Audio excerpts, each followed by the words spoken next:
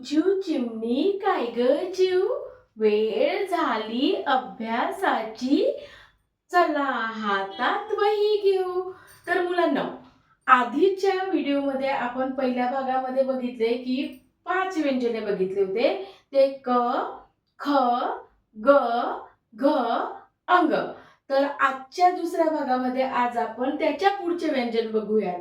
तर चला सगळ्यांनी लवकरात लवकर आपल्याकडे वही घ्यायची, पेन्सिल घ्यायची आणि मी शिकवलेले व्यंजन वहीमध्ये लिहून घ्यायचे. तर आता आपण घेऊया च व्यंजन. च. आता सांगा बरं, च पासून येणारा शब्द कोणता आहे? तुम्हाला सगळ्यांना माहिती आहे. तर चमच्याचा. कशाचा? चमच्याचा. आता झाला. नंतर आणखी पासून येणारे दुसरे शब्द आठवा बरं काय आहे? तर चरख्याचा. चरख्याचा. चरखा माहिती आहे, महात्मा गांधीजी याच्यावर सूत काढत होते आणि ते स्वतःचे वस्त्र शिवत होते याच्यावर. तर हा काय आहे? चरख्याचा. चरख्याचा. तर नंतर येणारं व्यंजन आहे छ. काय आहे? छ. तर छत्रीचा.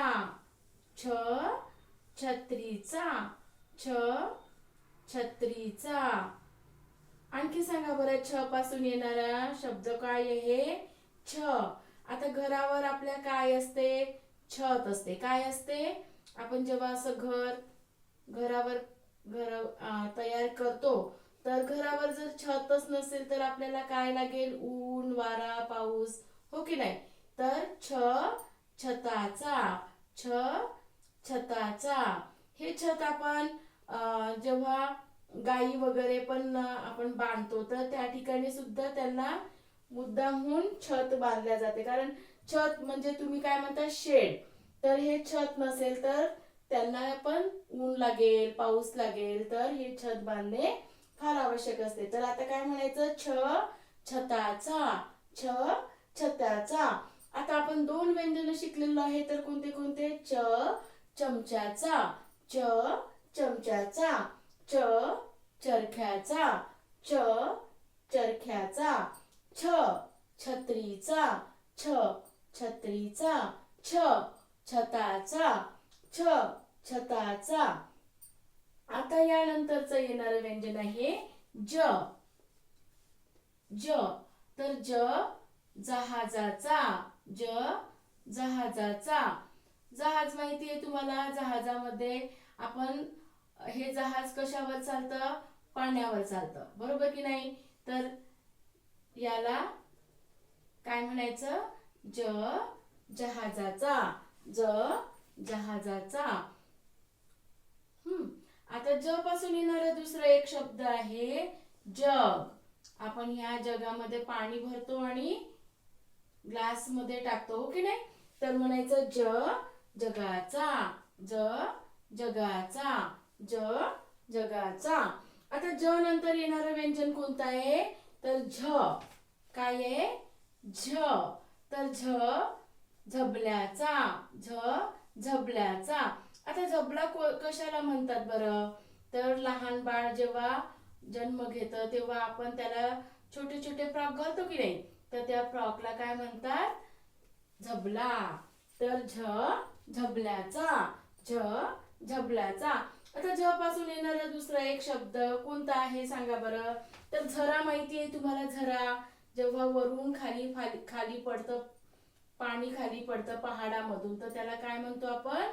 झरा. तर मग काय म्हणायचं? झऱ्याचा. झऱ्याचा. तर आता बघा, पहिल्यापासून घेऊ आपण. चमच्याचा. चरख्याचा. छत्रीचा. छताचा. जहाजाचा. जगाचा. झबल्याचा. झरण्याचा. आता शेवटचं व्यंजन राहिलेलं आहे न.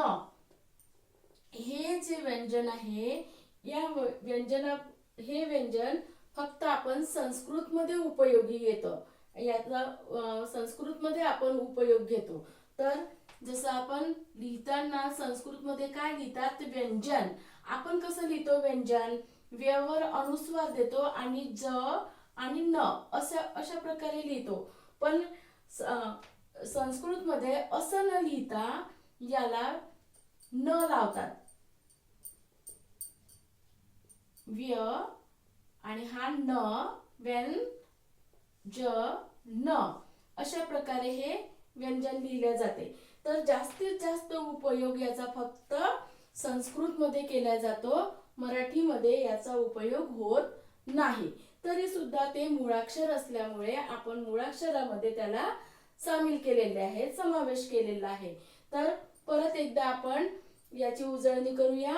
च चमच्याचा, च चरख्याचा, छ छत्रीचा, छ छताचा, ज जहाजाचा, ज जगाचा, झ झबल्याचा, झ झऱ्याचा आणि न न आपण याला असं म्हणणार नाही की व्यंजनाचा, फक्त न म्हणायचं. न हा, च छ ज झ न. तर आपण किती व्यंजन शिकलो? आधीचे 5 व्यंजन आणि आजचे 5 असे 10 व्यंजन झालेले आहेत. आता परत आपण एकदा उजळणी करूया. क ख ग घ अंग, च छ ज झ न. तर मुलांनो, हा व्हिडिओ तुम्हाला उपयोगी वाटला असेल तर तुम्ही या व्हिडिओला सबस्क्राईब करा, लाईक करा, शेअर करा आणि अशाच पुढच्या व्हिडिओमध्ये आपण पुन्हा भेटूया, पुन्हा नवीन व्यंजनासोबत. धन्यवाद.